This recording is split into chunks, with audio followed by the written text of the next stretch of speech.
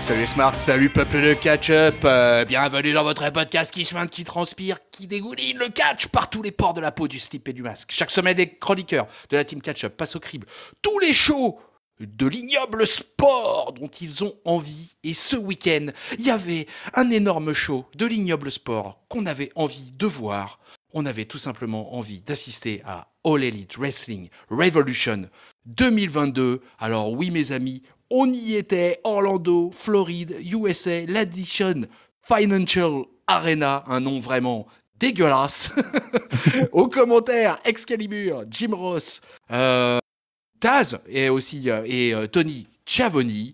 Vous m'avez peut-être identifié, chères auditrices et chers auditeurs, je suis votre dinosaure masqué, que dis-je, je suis votre luchasaurus des podcasts, je suis votre old school tonton catch-up. Et pour m'accompagner, pour analyser, pour encenser ou mettre en PLS ce pay-per-view de la All Elite Wrestling, on accueille un collègue, un timer de catch-up qui n'est plus vraiment d'ailleurs un part-timer, qui était déjà présent pour la review de Dynamite et pour les pronos de Révolution. Donc on va pouvoir un peu faire l'analyse de nos pronos, mon cher, puisque nous accueillons tout simplement la taloche du catch, le bon Tao. Salut Tao. Salut tonton, salut à tous, comment ça va? Eh ben écoute, ça va très bien, on est super chaud pour ce show de All Elite Wrestling et je crois que depuis jeudi de la semaine dernière, toi aussi il me semble que t'étais bien hypé, hein. Ah bah là, un pay-per-view comme ça, surtout à la All Elite, c'est toujours un grand moment. Voilà, alors on vous avait fait, si vous voulez avoir plus d'infos, et ben écoutez, on avait fait tout simplement les pronos de la carte de ce Revolution. Il y a eu 2-3 petits détails qu'on changé sur la carte, mais vraiment c'est à la marge, donc tout était assez valable. On va commencer très vite avec le buy-in. Alors on va faire plutôt une revue d'effectifs sur le buy-in, parce qu'en fait il y a eu 3 matchs, mon Tao. On en avait annoncé 2 à l'antenne, mais en l'occurrence il y en aura eu 3. Il y a d'abord eu Leila Hirsch qui affrontait Chris Latender. On s'est tous les deux mis la tête à l'envers puisque Chris Latender a perdu. On Dommage avait pour nous. tous les deux donné Chris. Et bah c'est Leila qui va gagner en un petit peu moins de 10 minutes. Elles vont avoir pas mal de temps, mine de rien. Dans les autres single matchs, il va y avoir Hook, ça aussi on vous l'avait annoncé, qui va défaire QT Marshall en 5 minutes. Alors là, pour le coup, Montao, on est bon, puisqu'on avait donné la victoire Ouais. du Hook. Et enfin, il y a eu un troisième match qu'on ne vous avait pas annoncé, car on ne le savait pas à ce moment-là. C'était tout simplement un six-man tag team match. La House of Black, Brody King, Buddy Matthews et Malakai Black, qui affrontaient le Death Triangle, Pac, Penta Oscuro, c'est son nouveau nom. Et surtout, la grosse info de ce match, quand même, Montao, c'est qu'il y a eu un certain dénommé Eric Redbird, aka Eric Rowan, à la fédération dont on ne dit jamais le nom. Et ça, c'était quand même une grosse et belle arrivée, sachant que le match a duré quasiment 18 minutes, que vraiment là, gros plaisir dans le pré-show, avec ce six-man tag team match. Alors je sais pas si tu as regardé ce buy-in Montao, et si tu veux me faire un petit retour un peu des 3 matchs ou des 0 matchs que tu as vus. Alors malheureusement, j'ai pas bien fait mes devoirs parce que j'ai pas regardé le buy-in, Ouais, bah, tu sais, juste regardé les résultats. Papy chez nous est un habitué, hein, jamais regardé les pré-shows, hein. Donc Bah, personne ne moi t'en voudra, personne ne t'en voudra. j'avoue que j'aurais bien aimé parce que la All Elite, de toute façon j'adore toujours ce qu'ils font, mais là, j'avoue que j'ai pas pris le temps pour regarder le buy-in, sachant que le show principal, il dure déjà quand même assez longtemps. Oui. Parce que c'est ça, on est peuple de catch-up, là, c'est la grosse analyse d'AEW Revolution, sachant que le pay-per-view a duré 4 heures. Donc à ça, vous rajoutez 1 heure de buy-in et vous êtes tout bon, là.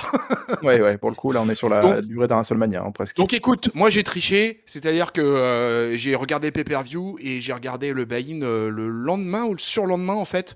Mais vraiment juste en vite fait, j'ai surtout regardé en fait le six-man tag team match qui m'intéressait vraiment particulièrement parce que il bruissait durant ce truc que quelqu'un allait arriver et du coup évidemment ça m'a été spoilé par Twitter, t'imagines bien. Bien Donc sûr. Eric Redbird de retour, c'est quand même la chose à noter. Alors à ton avis, comme ça vite fait, une petite prospective, comment t'imagines qu'on utiliserait le géant rouquin? Bah, alors là, déjà, j'avoue que c'est une grosse surprise pour moi de le revoir à la All Elite, sachant qu'il avait déjà fait une apparition il y a plusieurs mois maintenant, un petit peu en hommage à son ex-collègue, de la Wyatt Family. Mais, là, voilà, il a refait une apparition à Rampage pour faire son retour et aussi un match dans un pay-per-view, même si c'est en buy-in. C'est assez incroyable et j'avoue que je sais pas du tout ce qu'ils ont envie de faire avec Eric Redbird, parce que déjà, c'est pas du tout le genre de personne que j'aurais pensé voir à la All Elite. Donc bah, on va voir ce qui va se passer avec lui. Je sais pas si s'il est parti sur un contrat assez long ou pas, ou si c'est juste quelques apparitions comme ça, mais en tout cas, ça fait bizarre, hein. Ouais, c'était marrant. Enfin, moi, j'ai trouvé ça vraiment super sympa. Déjà, le simple fait de le voir rebosser sur les rings et tout, c'était cool. Alors, comme tu dis, quand il était apparu à la All Elite, ça date, hein, puisque ça date du show hommage à Brody Lee. Et donc, il n'était vraiment pas revenu du tout depuis. Mais là, en tout cas, du coup, il était bien à l'aise. Tu vois, c'était cool. Il y avait de l'alchimie. Là, bon, Penta et Pac, ils pourraient catcher de toute façon avec un balai comme partenaire. Ils s'en sortiraient Ouais. de toute façon. Mais là, si tu veux, pour moi, c'était une valeur ajoutée dans ce Six-Man Tag Team. Et bah écoute, j'ai envie de te dire que le plaisir de la Tag Team Division de la All Elite Wrestling a commencé dès le buy-in. Et ça renforce un petit peu notre idée, Tao, de ce qu'on avait discuté lors de Dynamite, c'est-à-dire l'introduction d'un trios title au sein de la All Elite Wrestling qui bruise de plus en plus fort. Bah, tout à fait. Là, en plus avec une victoire de House of Black, hein, finalement, on commence à de plus en plus conforter le fait qu'il y a des équipes à 3, hein, des trios. Donc je pense qu'on se rapproche, doucement mais sûrement de pourquoi pas une ceinture, trio, effectivement. On pourrait signaler un petit détail amusant pendant le buy-in, c'est qu'il y a Don Callis qui aura mis une climatisation au public d'Orlando masterclass puisqu'il est entré sur le theme song de Kenny Omega. Oui. Et donc il y a eu sur le coup une pop qui s'est vite muée en une bronca terrible quoi. Parce que Callis leur a dit bah non mais il est pas là, hein. Voilà quoi, il était juste venu en fait pour annoncer que les Young Bucks et Adam Cole allaient repartir avec le titre ce soir quoi. Et, euh, et voilà quoi. Donc sinon bon pas de surprise avec la victoire de Hook. C'est bah, finalement le seul petit détail, c'est la Hirsch hein, qui bat Chris Statlander alors qu'on pensait que pour son retour la Statlander allait être mise en avant et bah c'est pas ce qui s'est passé. Bah, non, non et puis, du coup, j'imagine que là, on part sur un run peut-être de Leyla Hirsch un petit peu plus haut dans la carte. Ce serait cool, hein, parce que c'est aussi une très, très bonne catcheuse. Mais, qu'est-ce qui va se passer pour Kris Statlander après ce retour-là? On sait pas encore, hein. Voilà, et puis je terminerai juste sur le Bane pour un dernier mot, c'est que j'adore le finish là des House of Black. Qui se fait maintenant traditionnellement avec le Mist hein, de Malakai Black d'abord, et puis après derrière le Fire Thunder Driver de Brody King qui est archi impressionnant quoi. Quel master ce Brody King quoi. Mais vraiment là il y a une équipe totalement hallucinante là, cette House of Black quoi. Alors ça fait juste bizarre d'avoir, je sais pas ce que ça te fait visuellement, mais du coup on a notre Buddy Matthews lui qui a le corps non tatoué du tout. Oui, mais c'est très bizarre, très, très bizarre, hein. Ça fait un effet visuel un peu étrange, mais bon, on s'y fait, quoi, parce que les trois catcheurs sont tellement impressionnants que, au bout d'un moment, les tatouages, hein, ça ne devient que secondaire, quoi. Ouais, c'est ça, c'est Bon, ça. Bah, ça dénote un petit peu avec le reste, mais, franchement, vu comment il est en forme, le Buddy Matthews là, il a rien à envier aux autres, hein. exactement, ouais, ah ouais, cette shape incroyable. Enfin bon, on l'a plus ou moins toujours connu comme ça, hein, de toute façon. Déjà, du temps 205 live, il avait des problèmes de poids permanents, Ouais, parce oui, qu'il c'est vrai. il était plus carré que tous les autres, quoi. Donc c'est clair que le mec continue à être taillé de manière impressionnante. Allez, la taloche, c'est parti. On attaque la main card. Et alors là, c'est du lourd. 4 heures de pay-per-view, les amis. Alors, on va essayer de vous faire une review qui dure pas 4 heures, mais ça s'appelle pas la grosse analyse pour rien. Alors, on va rentrer dans le dur. L'opener, ça va être donc Eddie Kingston qui va affronter Chris Jericho. Et alors, ils vont nous mettre dans l'ambiance de ce All Elite Wrestling Revolution direct, puisque dès la première prise, il va y avoir non pas vraiment un botch, mais en tout cas une prise extrêmement dangereuse, puisque les deux sont en faute, en fait, puisque la cloche va sonner et j'allais dire Kofi. Eddie Kingston va tourner, va tourner Chris Jericho pour lui poser une souplex et en lui passant la souplex, en fait, il va mal placer sa main, il va mal tenir le coup de Chris Jericho, qui lui, dans une envie certainement de sceller comme un malade la première prise du match, va lancer son corps vers l'avant comme un dingue, mais pas de peau, il va retomber sur la tête, un peu à la Madcap Moss il y a quelques temps avec Drew Ouais. McIntyre. Ça se passe un peu de la même manière. Jericho va avoir un moment derrière, alors l'arbitre va se précipiter, il va y avoir un espèce de moment de flottement. Eddie Kingston est hilar et va commencer à taunter la foule, et c'est parti. On aura un match de presque 15 minutes, quoi, avec vraiment grosse interaction entre finalement les deux catcheurs et le public qui les prennent finalement à témoin, tu vois, tout au long du truc, quoi. Donc en fait, c'est un gros brawl ce match. On n'est pas dans une grande histoire de technicité là. On est entre deux mecs qui ont envie de se faire respecter l'un en face de l'autre.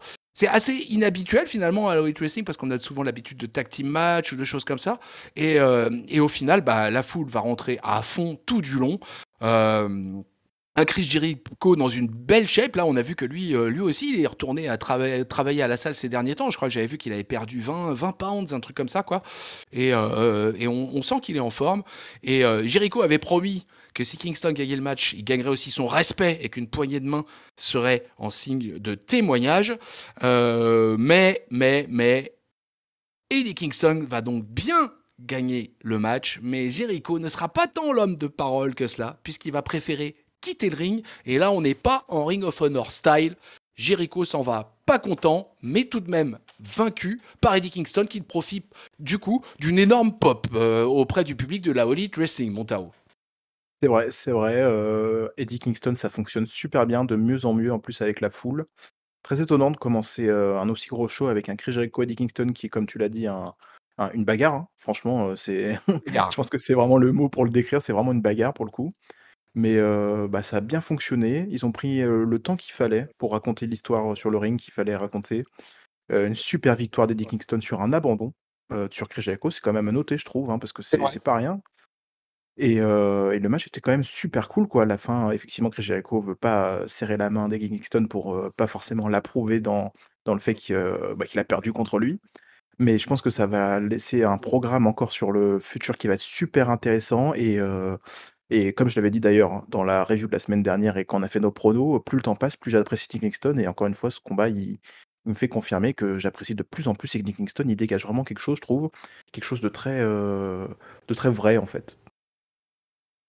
Ouais, alors je suis un peu plus mitigé que toi sur Eddie Kingston, en particulier sur. Moi, je trouve c'est pas très professionnel son physique. Oui, par contre, je suis Je d'accord. trouve qu'il se laisse beaucoup aller, et alors de plus en plus ces derniers mois, je trouve qu'il a encore grossi là. Et si tu veux, s'il avait la mobilité d'un Kevin Owens et tout ça, ça me gênerait moins.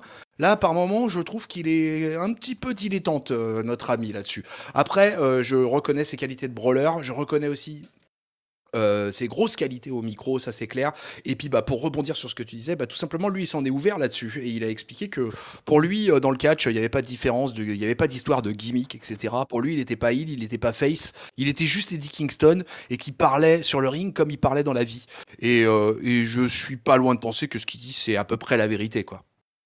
Ouais, tout à fait, tout à fait. Eddie Kingston, c'est vraiment un personnage attachant, mais comme tu l'as dit, effectivement, il est pas dans la meilleure shape de sa vie et c'est d'ailleurs assez marrant parce que pendant tout le combat, il a essayé de remonter un peu, son slibard. Ouais. Mais bon, c'est vrai que ça fait bizarre, surtout quand on est habitué à des gros shows, made in VVE, où on a l'habitude d'avoir des mecs avec des physiques, plus ou moins travaillés, même s'ils ont pas forcément un physique avantageux. Ils ont une tenue qui leur met à l'avantage. Là, Eddie Kingston, vraiment, c'est dans son jus, j'ai envie de dire. C'est sûr. Et puis on peut signaler Jericho quand même qui job quoi et qui fait le boulot pour mettre over et magnifiquement Eddie Kingston. Je crois que Jericho, on compte plus le nombre de mecs qu'il a mis over à la All Elite Wrestling de toute façon. Ouais, ouais, ouais. Et écoute, il a continué. Moi, je me demandais quand même s'il n'avait pas gagné, mais clairement, Eddie Kingston là était au-dessus sur ce coup-là. Et puis, comme tu l'as dit, c'est la victoire par soumission aussi qui m'a vraiment le plus étonné. Finalement, peut-être au-delà même de la victoire par elle-même, c'est la victoire par soumission, quoi. C'est comme toute une forme, tout un symbole quelque part. Ouais, tout Et à fait. donc, c'était quelque chose. Allez, on attaque avec. Après les mignardises du buy-in, après l'apéro de l'opener, là on attaque l'entrée. Et alors l'entrée, mon Tao, c'est ce que toi et moi, de toute façon, peuple de catch-up, vous le savez bien, on adore. On attaque avec la tag team division de la All Elite Wrestling, la meilleure du monde, the best in the world. Et on a tout simplement un match pour le AEW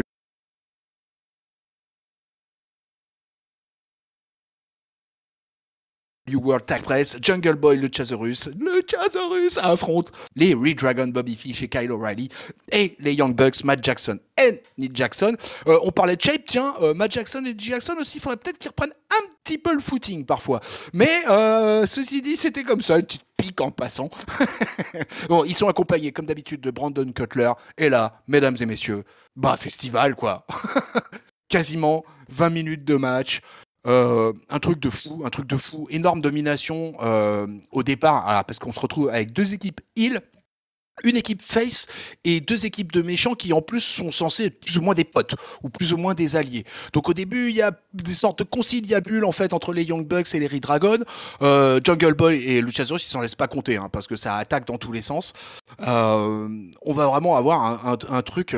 On a beaucoup vu en fait les Bucks et les Red Dragons en fait essayer d'empêcher progresser chacun et puis finalement au fur et à mesure quand ça commence à envoyer les gros coups et quand les premiers nearfalls arrivent bah les tensions s'affichent de plus en plus, les Young Bucks vont casser des nearfalls des Red Dragons et vice versa et tout à coup et la lumière est venue du Luchasaurus, Tao, puisqu'il va y avoir un spot qui va durer. Alors, moi, le match, je l'ai revu, quoi. Ça dure à peu près 2 minutes 30. Pendant 2 minutes 30, c'est le Luchasaurus qui est à l'honneur et qui va, mais fracasser tout le monde. Et alors, bon, on peut dire que je suis pas objectif, mais quand même, pour un big man, ce Luchasaurus, c'est quand même un des big men les plus mobiles du catch mondial à l'heure actuelle. Il est capable de faire un truc incroyable. Il a cette capacité à poser des super kicks aussi, qui est assez extraordinaire. Et donc, du coup, il va y avoir toute une phase énorme avec le Luchasaurus, etc. Ça va pas empêcher que les Young Bucks et les Red Dragons vont chèrement vendre leur peau. Finalement, tout le monde se trahit allègrement, mais les babyface ont l'avantage de pouvoir rester eux tranquilles et organiser leur stratégie. Et c'est finalement bien ce qui va se passer, puisque les Jurassic Express, au bout du bout d'un match assez hallucinant et que je vous recommande d'aller voir en highlights, se termine au bout des 20 minutes avec les Jurassic Express qui conservent sur leur finisher traditionnel. Ainsi s'achève ce match. Des étoiles plein les yeux, Tao? Incroyable, incroyable, ce match, il est totalement fou.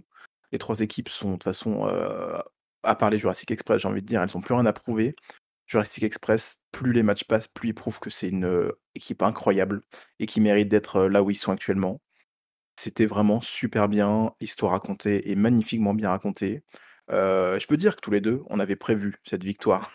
Oui, oui, ça on peut le dire au moins, on s'est pas On peut le planté dire, sur ce ça coup-là. on peut le Ah dire, on s'est oui, pas oui. planté.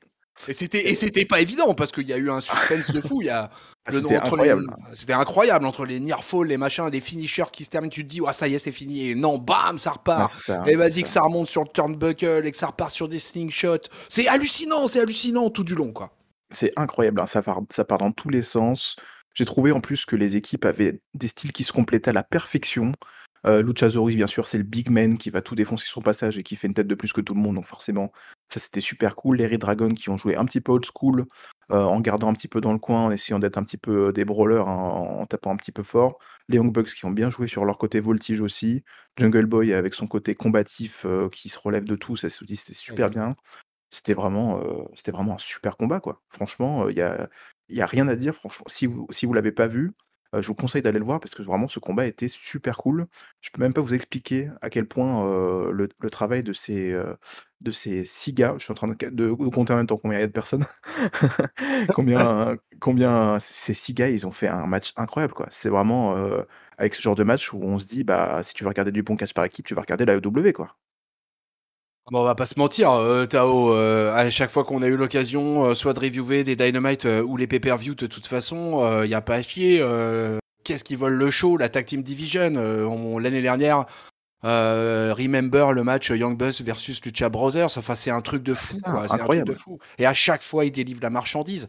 Et là, comme tu dis, en plus, on est sur 6 gars, mais 5 cruiserweight quasiment et un big man. Et les mecs envoient. Alors, je taquinais un peu les Young Bucks sur leur shape. Ça n'empêche pas qu'ils restent dans un catch hyper rapide, à risque. Ils sailent magnifiquement. Enfin, les Young Bucks, c'est une équipe magnifique, quoi. De toute façon, là, je crois que là, on était vraiment gâtés parce qu'on avait le gratin, quoi. Ah, tout On à a, fait. Oui, vas-y. Mais le pire, en fait, pour de vrai, on encense la division, par équipe de la AEW à juste titre, mais le pire, c'est qu'ils en ont encore sous le pied. C'est ça qu'on se dit. Parce que là, les Red Dragons et les Young Bucks, on Oui. imagine qu'ils vont partir sur un autre programme et derrière, n'importe quelle équipe qui va arriver face au Jurassic Express, ça va être encore un match incroyable, quoi. Quand tu penses C'est que quand tu penses qu'il y a les House of Black, les Death non, mais Triangle, c'est sachant que incroyable. Rey Fenix est blessé en plus en ce moment. Donc enfin, si tu fais un peu le compte de tout ça, c'est fou, quoi. C'est fou, c'est fou, c'est fou. C'est franchement, on peut ne jamais se lasser avec la division par équipe de la W, quoi. Juste, vous vous dites: «Bah, là, j'ai 20 minutes à perdre, j'ai envie de regarder un super match avec des équipes», et bah, vous allez regarder un show AW, quoi. Ah ouais, clairement, ouais, je valide, j'adhère et je confirme. Bon, écoute, après cet incroyable match, derrière, eh ben, je me dis, moi sur le coup, je me dis, waouh, ça va peut-être faire un peu redescendre la pression là. Et ben non, Face of the Revolution ladder match, direct, on enchaîne. Wardlow versus Christian Cage, versus Kisly, versus Orange Cassidy, versus Powerhouse Hobbs et versus Ricky Starks. Alors, encore une fois, Tao, on avait vu juste jeudi, puisqu'on Eh oui. espérait tous les deux que Christian Cage se qualifie à Rampage, et c'est exactement ce qu'il a fait face à Ethan Page. Donc ça, c'était top. Enfin, c'était le scénario rêvé, que Christian Cage soit présent dans ce match, et c'était cool parce qu'il a eu droit à ses spots aussi, quoi. Alors, on est dans une intervention enfin dans une stipulation de ladder match assez compliquée, dans le sens où il y a 3 powerhouse qui sont présents dans ce match et deux cruiserweight et puis un mec plus classique, Christian Cage, qui est quand même un heavyweight, quoi, donc mais moins dans le style des autres, quoi, et puis habitué à monter sur les échelles, monter sur les cordes. C'est parti avec Christian Cage, et du coup on va avoir un match encore assez excitant. Alors pour moi, dans tout le déroulé, il y a eu beaucoup de spots de puissance, du coup, liés aux 3 mecs cités, aux 3 behemoths. Orange Cassidy aura eu le droit à beaucoup de spots aussi, dont un qui, à mon avis, on aurait pu s'en passer. C'est celui, je sais pas si tu me diras ce que tu en as pensé, mais celui où il a l'échelle autour du cou et que les mecs viennent s'empaler Oui. les uns après les autres. Ça, franchement, visuellement, c'était vraiment foiré. Ça, c'est un peu dommage d'ailleurs, parce qu'en fait, tout ce qu'ils avaient organisé, on va dire, tout ce qu'ils avaient chorégraphié sur ce ladder match était vraiment réussi. Le match a duré un peu moins de 18 minutes 18 exactement. Il y a eu des interventions aussi, à savoir l'intervention de Danhausen sur Ricky Stark. On a eu des gros passages sur Kisly qui, moi, quand même, m'a longtemps fait penser qu'il allait peut-être le gagner, ce match d'ailleurs. Et d'ailleurs, toutes les interactions qu'il y a eu entre Hobbs et Kisly ont été assez phénoménales. Donc il y avait du lourd. Quand ça envoyait du lourd, ça rigolait pas. Mais il fallait aller chercher ce donuts. Qui donne quand même, mine de rien, la chance au vainqueur de devenir le number one contender du TNT Championship, détenu, il faut le rappeler, par Sammy Guevara. Et finalement, celui qui va réussir à aller au bout de ce ladder match, eh ben, c'est tout simplement Wardlow, le War Dog. Et bah ça y est, le War Dog, on n'arrêtait pas de dire, et avec Tao, si vous avez écouté, nous avez écouté jeudi dernier, il était il est dans la hype, il est dans le momentum. Et bah écoute, ça y est, euh, Tao, Wardlow a le momentum, Wardlow a la hype, et on va en reparler un peu plus tard, même il me semble. Oui, bah là, ça va être un sujet important pour un combat qui va suivre. Dans nos pronos, moi j'avais dit Kisly, effectivement il a été un élément central de ce combat, mais il a pas remporté, ce qu'on peut comprendre. Et par contre j'étais très étonné qu'on donne cette victoire à Wardlow, parce que je pensais qu'ils allaient prendre plus de temps que ça, pour, commencer à le mettre en avant, et là non, là on va le voir après plus tard. Mais, bah on le lance, ça y est, c'est Ouais, là parti Wardlow, c'est fusé au cul là. ouais, là, c'est pas le moment de s'arrêter avec lui, c'est le moment de le lancer, to the moon, j'ai envie de dire. Mais, oui, c'est très, très étonnant. Ce match-là, j'ai beaucoup apprécié. C'est vrai qu'on n'a pas l'habitude d'avoir, autant de big men dans ce genre de combat, hein. Généralement, on est habitué à en avoir un, voire 2 maximum, qui font un petit peu le travail. Là, on en avait 3 carrément qui se mettaient, bah, qui géraient un petit peu, le reste, quoi, et les autres qui venaient un petit peu en filou. Effectivement, Orange Cassidy, c'est un petit peu plus le côté comédie, le fameux, le moment avec l'échelle là qui tourne, j'ai trouvé ça très marrant. Mais ça sortait vraiment du combat, hein. Pour le coup, là, vraiment, tu te dis, Ouais. si quelqu'un, il est pas accoutumé d'Orange Cassidy, il se dit: «Mais qu'est-ce que c'est que cette connerie là qui se passe?» Par contre, le moment où il monte sur l'échelle là et qu'il glisse, et qu'il s'empale, les parties, Ah oui. directement sur l'échelle, c'est affreux parce qu'on voit sa douleur, et là, pour le coup, on voit que c'est pas un work parce qu'il a dû vraiment se faire mal, le pauvre. Mais, voilà, et malheureusement, il me semble que Orange Cassidy est blessé. suite au spot où Keith Lee l'envoie à l'extérieur vers la fin du combat et en fait, Keith Lee, l'envoie assez loin et du coup, il y a personne, ni Ricky Stark, ni Christian Cage qui arrive à le récupérer en l'air et on voit qu'il se cogne, violemment le crâne, au sol à l'extérieur donc effectivement, il me semble qu'il est blessé. Ouais, C'est assez dommage. ouais, je te confirme, ouais, il est blessé, ouais. Ouais, OK. Ouais, Bon, bah, voilà. le spot est archi violent, hein, d'ailleurs, hein, quand tu le Ouais, revois, ouais, sans compter, c'est ça, mais ça se voit qu'il y a eu un problème de communication parce que, on a Orange Cassidy qui essaye de se lancer, sur les autres et Keith Lee qui l'envoie en même temps, mais Keith Lee, il a une force tellement ouf, en fait, qu'Orange Cassidy a pas besoin de l'aider sur ce coup-là, il a juste besoin de se laisser faire et malheureusement, ça fait qu'il a été envoyé trop loin, c'est dommage. On espère qu'il y a rien de grave et on espère qu'il reviendra en forme surtout, hein. ouais, non, mais il y a eu tout un tas de spots incroyables, les powerbombs de Wardlow là sur la, c'est à Ricky Starks hein, qui le met sur C'est la, ça, à c'est la à Ricky fin, à la Starks fin. hein, ouais, à la fin, ouais, ça c'est à la fin, ouais, pour aller Ouais. décrocher l'anneau, avant d'aller Je décrocher vais l'anneau. je vais peut-être, là, j'ai parlé un petit peu de négatif, parce qu'il y a des choses à dire aussi, hein, dans le positif comme dans le négatif. Mais, j'avoue que, dans ce match-là, j'adore Wardlow, hein, c'est pas le souci, mais je me suis rendu compte quand même qu'il était assez limité, hein. Heu, c'est moi ce que j'appelle le genre de catcheur, très performance hunter en fait.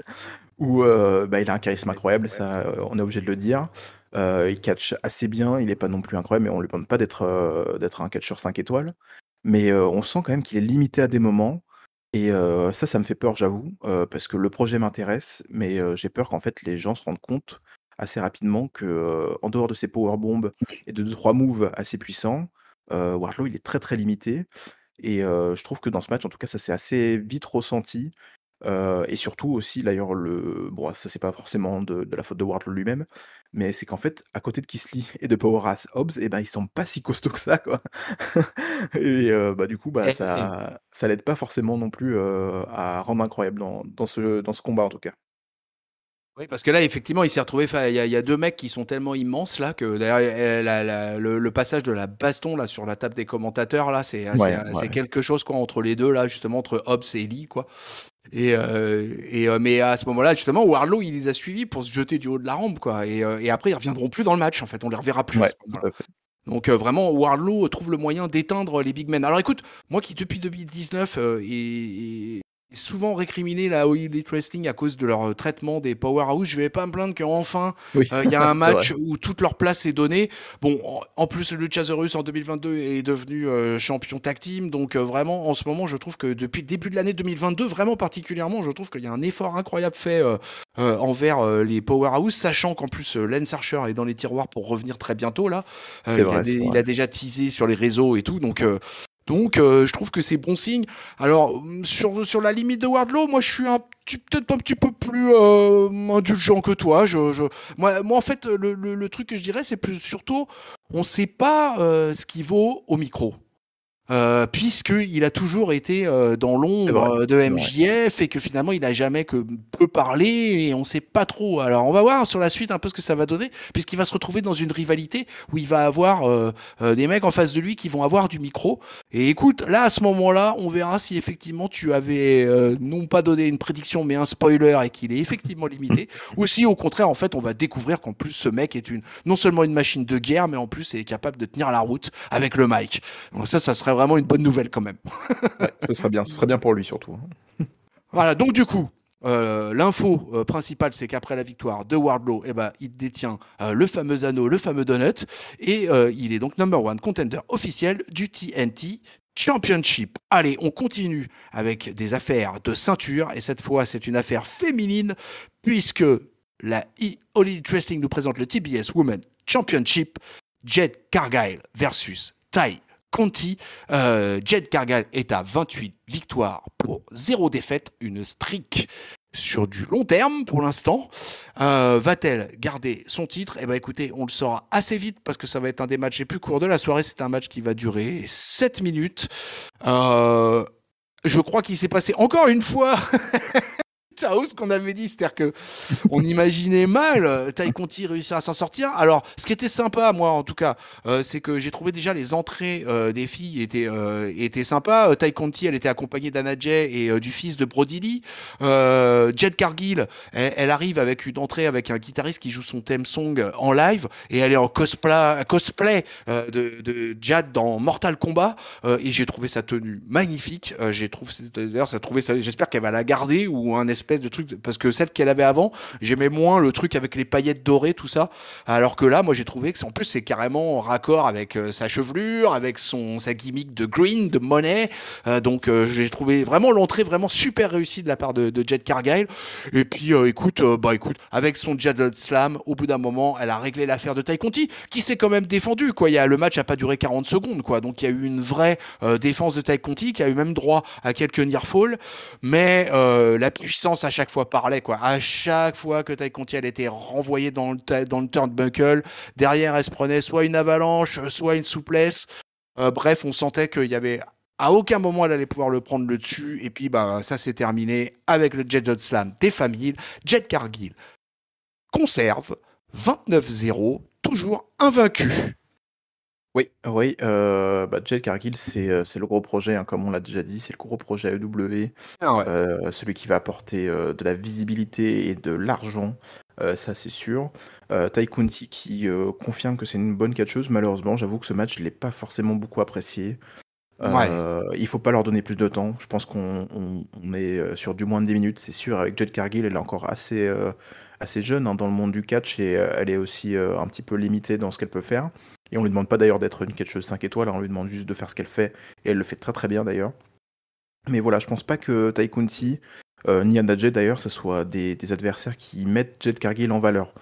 Je pense que ça profite pas forcément ni à l'une ni à l'autre, en dehors de faire un match qui quand même le mérite d'être là, hein, et qui est pas non plus dégueulasse. Mais Jade Cargill, vu qu'elle est assez jeune, il faut mettre des catcheuses d'expérience et qui peuvent vraiment beaucoup plus la mettre en valeur que Tai Conti. Parce que là, pour le coup, Tai Conti, j'ai l'impression que c'est la underdog qui essaie de chaque fois d'aller choper la victoire, mais qui n'y arrive pas. Et en plus de ça, Anna Jay qui fout un coup de chaise sur Jade Cargill dans le dos de l'arbitre. Alors là, j'étais surpris, je me suis dit, les faces sont en train de tricher pour gagner contre la heel. Je comprends pas, j'ai pas trop compris qu'est-ce qu'ils ont voulu vraiment faire avec ce match. Mais la finish de Jade Cargill est toujours super cool. C'est très très classique, hein, c'est le glam slam accompagné pour faire le tomber, mais ça fonctionne toujours super bien, je trouve qu'elle le rend super bien, et aussi son ciseau, son coup de pied ciseau là, il est incroyable, parce que vraiment, elle arrive à tellement bien le porter avec ses jambes immenses que ça rend super bien à chaque fois. Et encore une fois, oui, sa tenue était folle, Moi j'aime bien la tenue qu'elle a d'habitude, j'avoue. Donc j'aimerais bien qu'elle la récupère, mais la tenue était folle, et là aussi elle a un petit peu nargué, voilà, elle commence un petit peu à prendre ses marques aussi sur le ring, c'est cool. Mais voilà, il faut continuer avec Jade Cargill. Je sais pas du tout où est-ce qu'ils veulent nous amener, la W avec elle. En tout cas, qui est-ce qu'ils vont mettre en face après. Mais ça fonctionne toujours bien avec moi. Et voilà, Tai Conti, pour le coup, j'ai trouvé qu'elle était très très cool. Et j'aimerais bien la voir dans d'autres programmes. Pourquoi pas avec Anna Jay en équipe, ça pourrait être très cool, ouais. Ouais, au regard de son physique, Jade, à chaque fois qu'elle met des coups, quand même, t'as un peu peur pour la nana en face, quoi. Ouais, ouais. En toute honnêteté, et même moi, j'aimerais pas trop qu'elle me mette un big boot, quoi. Ah bah ouais, je sais pas quelle Ouais. taille de pied elle fait, mais ça doit être presque un 40, hein, là. Ah ouais, ouais, très franchement, elle est vraiment archi impressionnante physiquement, quoi. Et moi, par moment, j'ai eu un peu peur pour Tainara, quoi. Oui.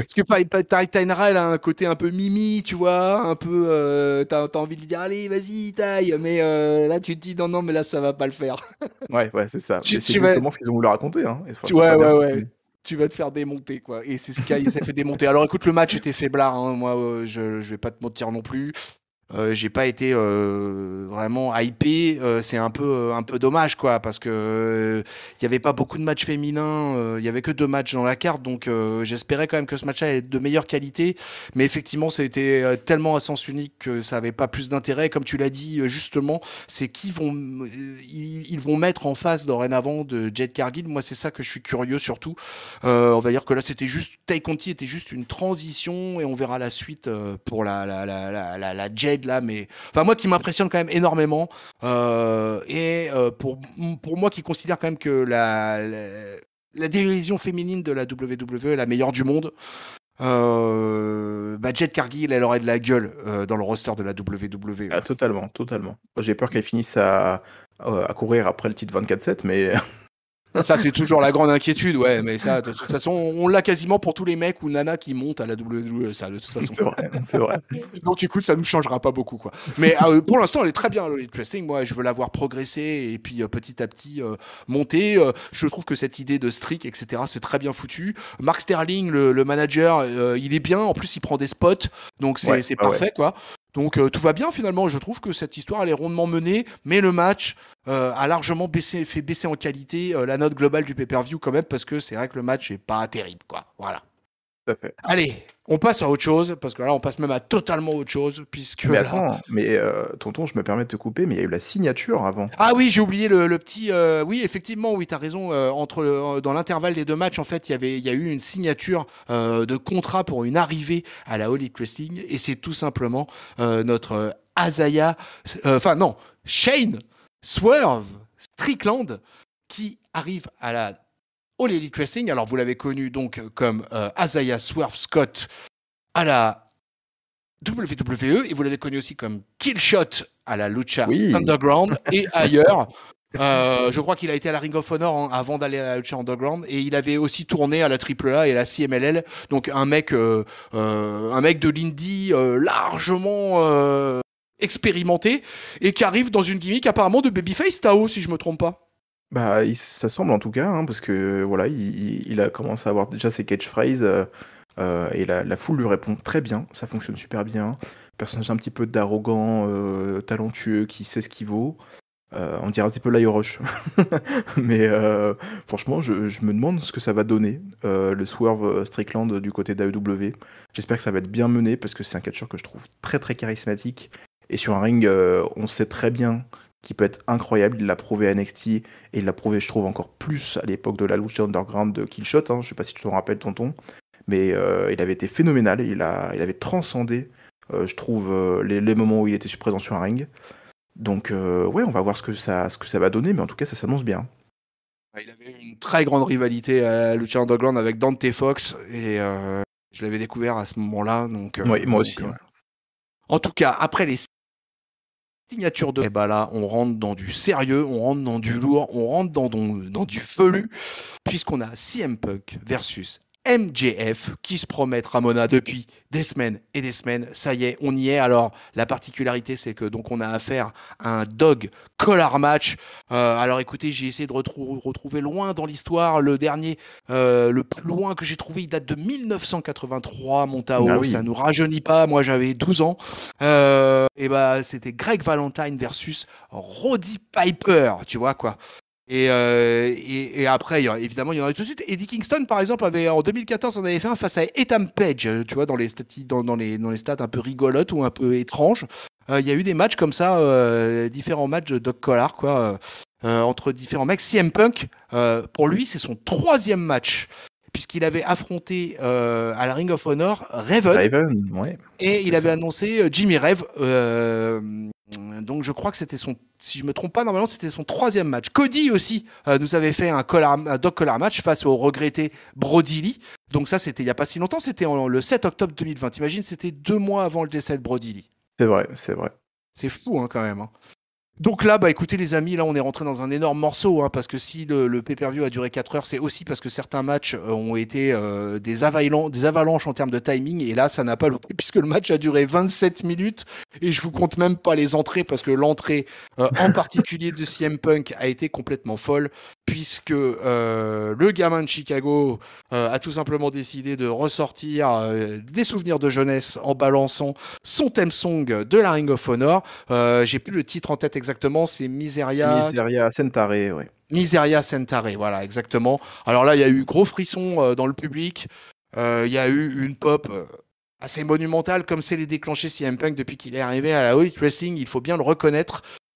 Sur chaque entrée et sur chaque promo, est-ce qu'il va être capable de délivrer la marchandise sur ce match? Eh ben, écoutez les amis, on va voir ça tout de suite. Eh ben écoutez, le Dog Collar Match, pour les gens qui ne sont pas initiés, c'est tout simplement donc un double collier de chien qui est attaché au cou des deux catcheurs. Ils sont séparés par une longue chaîne, une longue laisse. Et ils doivent se débrouiller avec ça. Et pour gagner le match, il faut tout simplement le remporter par soumission ou par tombée. Et comme il y a une haine terrible entre les deux et que dorénavant on a envie de s'en mettre, mais plein la tronche, et ben écoutez, ça va être parti pour un espèce de brawl mixé avec des coups de laisse en permanence. Ils vont s'en servir pour tout, hein. Ils vont la mettre au genou, ils vont la mettre au poing, ils vont essayer d'étrangler l'un et l'autre avec, ils vont essayer de défigurer l'un et l'autre avec.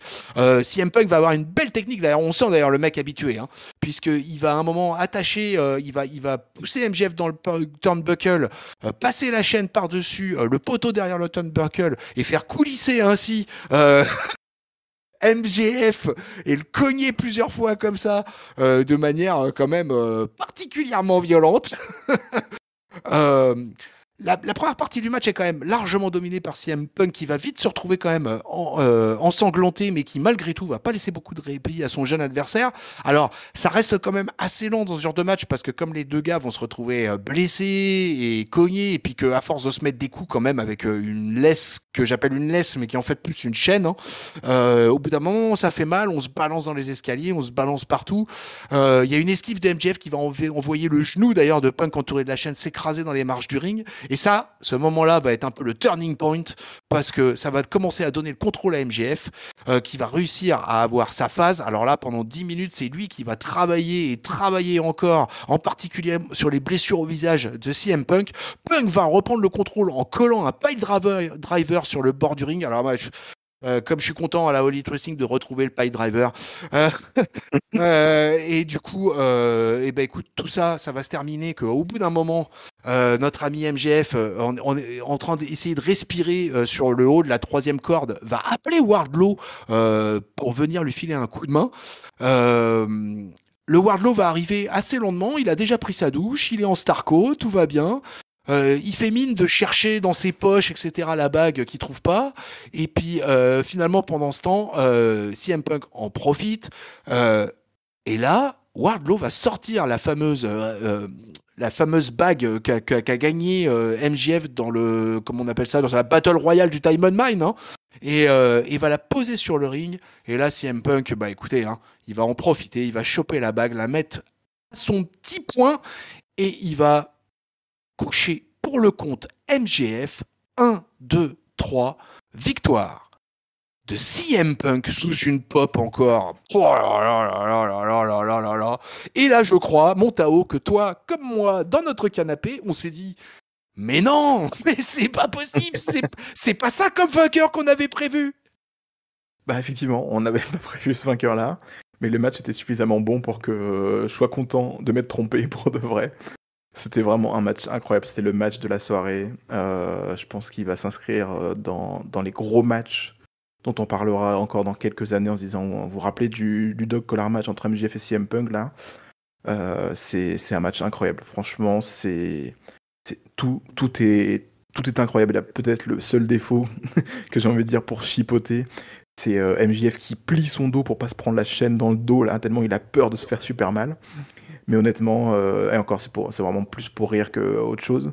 Mais tout était incroyable. De l'entrée des catcheurs jusqu'à la fin, qu'on cut et qu'on passe au match suivant.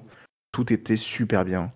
MJF d'un sérieux incroyable. CM Punk avec cette entrée incroyable qui m'a donné des frissons.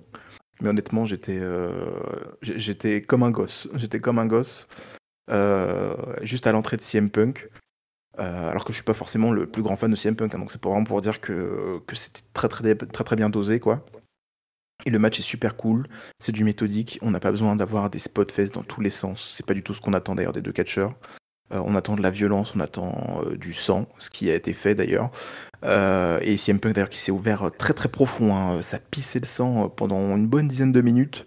J'ai cru même à des moments qu'il allait s'effondrer et on voit l'arbitre de ce match, d'ailleurs je me rappelle plus qui était l'arbitre, mais on voit l'arbitre qui plusieurs fois demande à CM Punk est-ce que t'es sûr que ça va parce que le sang gicle littéralement pendant pratiquement 10 minutes hein, dans ce combat. J'ai regardé, c'est vraiment impressionnant. À des moments, il fout des coups à MJF et il y a le sang de CM Punk qui gicle sur MJF. C'était assez immonde à voir et je pense que les gens qui craignent un petit peu le sang ont dû passer peut-être un mauvais moment aussi, mais c'est pas grave. C'était fait pour, hein. On n'a pas forcément passé un moment que du bon, mais voilà, la violence était là, c'était ce qu'on attendait, c'était un match vraiment énormissime. CM Punk qui est le vétéran qui sait très bien comment ce genre de match fonctionne. MJF qui est l'opportuniste qui arrive à reprendre l'avantage dans des moments importants du combat. C'était super cool. Les punaises qu'on a ressorties et qui ont très bien servi. D'ailleurs, l'arbitre, je crois 3-4 fois, en faisant le tomber, il s'est planté les punaises dans la main. Le pauvre, ça a dû faire très très mal. Et la fin, encore une fois, c'était du génie. On rebondit sur ce qui s'est passé un peu plus tôt dans la soirée où maintenant Wardlow, hein, il a une chance pour le site TNT. Donc du coup, il est plus que le garde du corps de MJF. Il peut se permettre de un petit peu voilà, hausser les épaules. Et du coup, voilà, la petite feinte où, où il trouve pas la bague et MJF qui lui balance un t'avais qu'un seul putain de job. Et du coup, il se fait avoir derrière et CM Punk qui récupère la bague pour foutre une grosse droite à MJF. Alors qu'il s'est fait cracher dessus juste avant, hein. MJF, les derniers instants, c'est un gros crachat au visage de CM Punk. Et CM Punk, il gagne cette victoire d'une très très belle manière, je trouve, qui est pas forcément sur une finisher, mais sur un coup qui règle toute la situation. C'était un grand match. Franchement, c'était un très très grand match. C'est le genre, je suis pas le genre de personne à noter les combats parce que j'arrive pas à trouver un classement ou comment s'organiser pour vraiment donner des notes. Mais si je devais noter ce match, ce serait un 5 étoiles. Parce qu'il y Ah avait ouais. tout, il y avait tout ce que j'aime dans ce combat. Et les deux protagonistes ont tellement bien campé leur rôle en fait que j'ai aucun reproche à donner à ce combat, quoi. C'est vraiment fantastique. Ah ok, écoute, alors, je vais pas toucher ton enthousiasme, mais moi je suis plus mitigé. Alors Ouais. en fait, moi il y a des choses que j'ai beaucoup aimées et des choses un peu moins. Et, bon, j'ai beaucoup aimé les entrées. J'ai trouvé que les entrées étaient vraiment top. Vraiment, ça mettait dans l'ambiance. J'ai trouvé que voilà, ça c'est génial quand dès les deux entrées des catcheurs déjà t'es déjà dans l'ambiance quoi. Donc t'es déjà, donc j'étais chaud, hein, j'étais hypé pour ce match, hein. Moi je suis un peu comme toi, c'est-à-dire je suis pas un fan acharné de CM Punk, très loin de là. J'ai même été pendant un moment à le pourfendre parce qu'il y avait beaucoup de choses qui me plaisaient pas trop chez lui. Et là pour le coup je peux pas dire les mecs se sont donnés à fond. Il y a beaucoup de sang, il y a beaucoup trop de sang. Moi, pour moi, tu vois, c'est pas que je suis contre le sang, mais c'est que par contre, je pense qu'il y a un moment, il faut aller à une certaine limite, quoi. Et que ça devenait vraiment, voilà, c'était l'hémoglobine dégoulinante. Et Ouais, ouais. c'était peut-être un peu trop à mon goût. Que les catcheurs se blessent, etc., parce qu'ils y vont à fond et tout, je peux comprendre. Mais moi, j'aurais aimé peut-être un peu plus d'intervention de l'arbitre à ce niveau-là, justement, tu vois, quoi. Et qu'on passe un coup de serviette de temps en temps, qu'on vérifie la blessure de CM Punk qui paraissait quand même particulièrement profonde. Ouais. Moi, ça m'a, tu vois, en fait, le truc, c'est que moi, je m'inquiète en fait pour les mecs au bout d'un moment. Tu vois, par exemple, ça peut paraître con, mais j'avais gravement flippé pour Randy Orton quand il s'était fait ouvrir le crâne par Oui, oui, Brock c'est vrai. Lesnar à SummerSlam, tu vois. Et là, au bout d'un moment, je me suis dit, c'est pas possible, il va y avoir un accident, quoi. Tu vois. Et Bah, moi, je peux le pas. souci qu'on a eu, enfin, le souci qu'on a eu dans ce combat, c'est qu'en fait, je pense que c'était pas du tout prévu que CM Punk s'ouvre aussi profondément. Oui. Et du coup, l'arbitre a essayé j'imagine, ça se voit à plusieurs moments, hein, que l'arbitre est un petit peu paniqué. Il essaie de régler un petit peu la situation comme il peut, sans pour autant que ça gâche le combat. Mais CM Punk, bah, c'est lui qui a continué à insister pour finir le combat, mais ça se voit à plusieurs moments. Ça se voit qu'il est très très mal, hein, CM Punk, hein. Je pense que ce combat-là, il Oui, s'en c'est rappellera clair. toute sa vie, hein.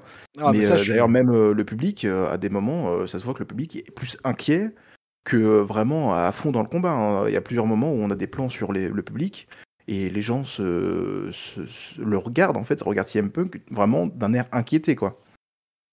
Ouais, au bout d'un moment, trop de sang, tu le sens pour moi, quoi. Et au bout d'un moment, pour moi, la santé des catcheurs, elle est quand même plus importante. Et là, j'ai trouvé que c'était pas vraiment le cas. Tu vois, 26 minutes dans 27 minutes dans un état pareil, j'ai trouvé que non, ça allait pas, quoi. Soit on raccourcit le match, mais je sais pas, ça m'a gêné quand même, ça m'a gêné. Après, voilà, toute l'histoire racontée, l'apparition de Wardlow, le fait que Wardlow là devienne un espèce de top babyface énorme. Là, il y avait pas, c'était la meilleure des occasions pour renforcer complètement son côté babyface. Tout était bien joué, tout était incroyable. La fin est vraiment démentielle. Donc oui, les climax et tout ça, c'est réussi. C'est-à-dire que moi, pour moi, il n'y a pas de doute, ce match est réussi. Mais voilà, il y a certaines choses et il y aura peut-être certains suiveurs qui, par contre, adhéreront pas du tout. Tu vois, je sais qu'il y en a qui adhèrent pas du tout au match comme ça, plein de sang et tout ça, ça passe pas. Donc voilà, tout dépend de quel côté on se situe. Il y a les très enthousiastes comme toi, il y a les peut-être plus réalistes comme moi, et puis il y a ceux qui, par contre, vont pas du tout aimer. Et je peux entendre aussi cet avis-là, quoi. Ouais, je peux tout à fait comprendre que des gens n'ont pas aimé. Je comprends tout à fait les arguments que tu énonces. Hein. C'est vrai qu'il y a eu beaucoup, beaucoup de sang.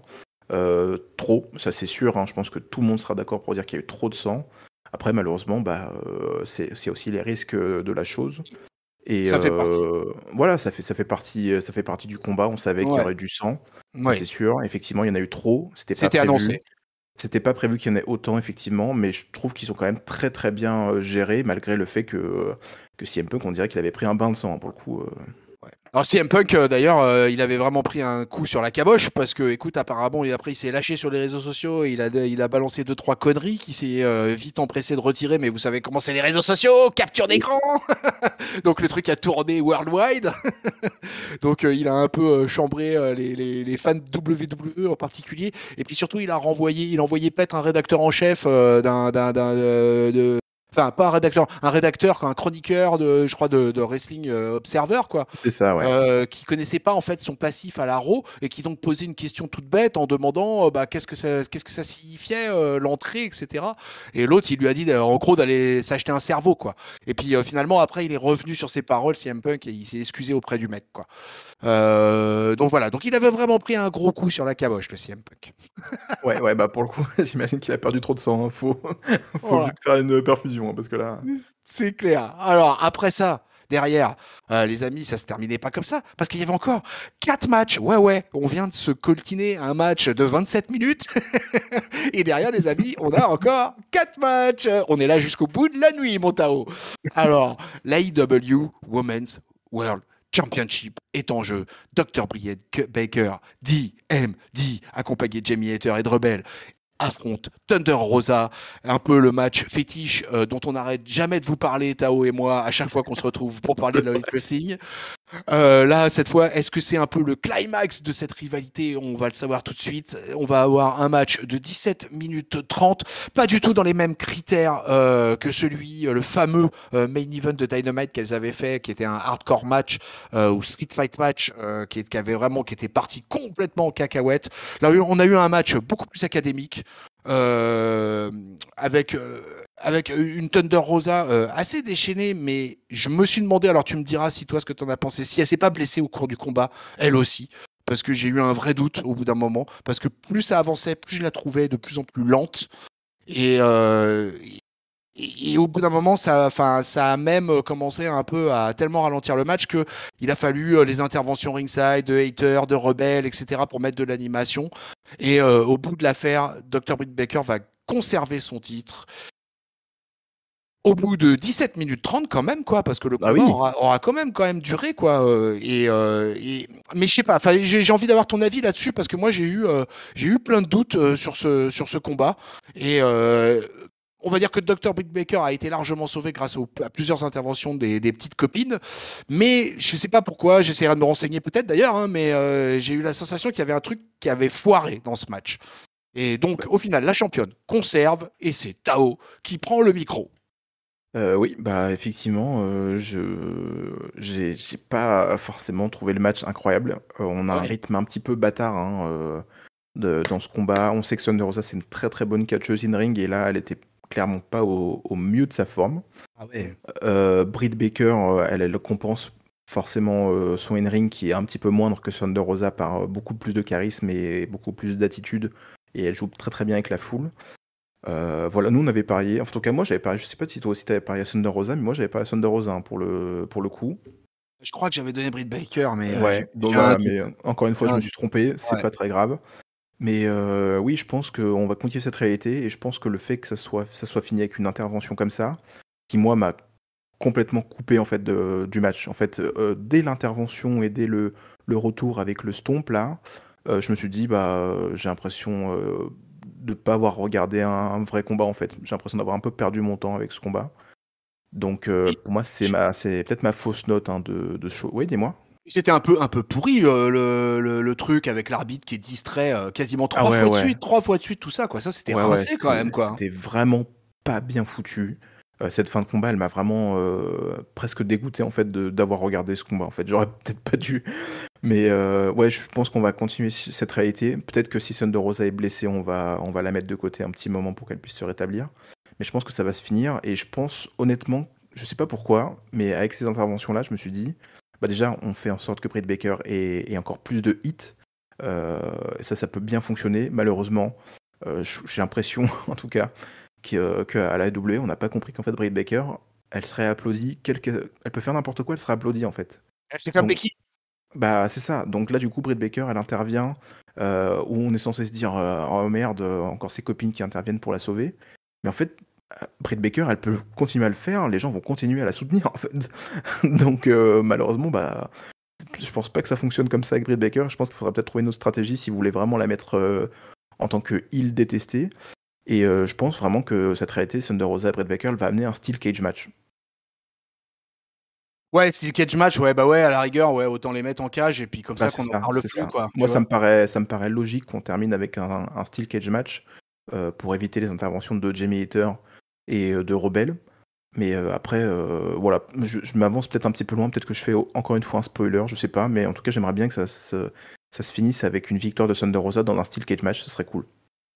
Ouais, donc le bilan, c'est quand même, c'est une Thunder Rosa largement en dessous de son niveau habituel. Ouais, ouais, ouais. Un sketch pas amusant avec l'arbitre et une DMD, comme tu le dis, qui de toute façon, au bout de quelques minutes, on a bien senti, enfin moi j'ai bien senti hein, que de toute façon elle allait gagner quoi. C'était Bah oui, pas, bah oui. ça a perdu vite tout intérêt quoi. Donc vraiment là, et alors le problème c'est qu'à ce moment-là, on rentrait dans la 4e heure du pay-per-view.